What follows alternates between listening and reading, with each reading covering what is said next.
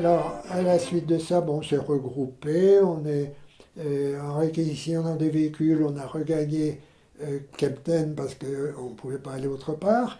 Euh, et là, pendant une dizaine de jours, on a essayé d'organiser notre retour en France. La guerre n'était pas finie, les Américains étaient en campagne. Pour eux, il n'était pas question de s'occuper de nous. Ils nous toléraient, c'était tout juste ce qu'on pouvait admettre. Parce que dans les camps pour Dachau lui-même, quand les Américains sont arrivés, la première chose qu'ils ont faite, c'est de refermer le camp et de boucler tout le monde à l'intérieur, en fournissant bien entendu médecins, nourriture et tout ce qu'il fallait.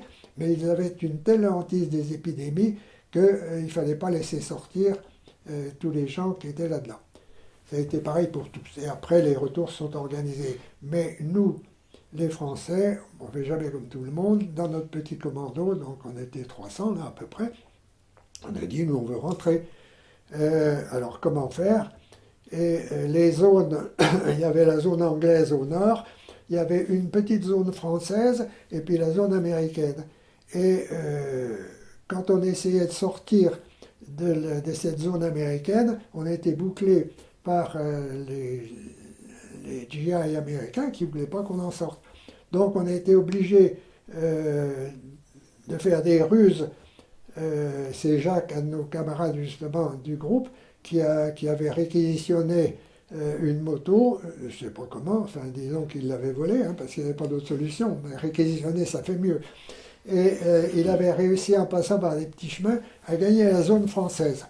Et en zone française, il a vu un convoi qui montait au front, un convoi d'approvisionnement qui montait au front, et les responsables lui ont dit, écoute, on redescend dans 2 jours, si vous êtes là dans 2 jours, nous on vous redescend.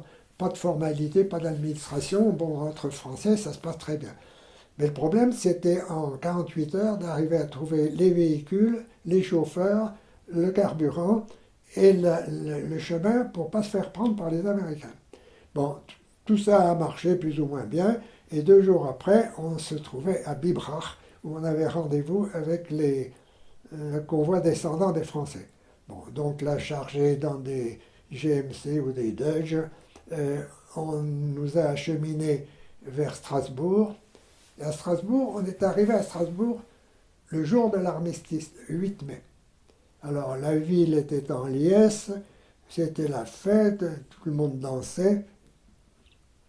Mais nous, on était complètement en dehors de tout ça, complètement déphasés, impossible, incapable d'être à l'unisson de cette joie.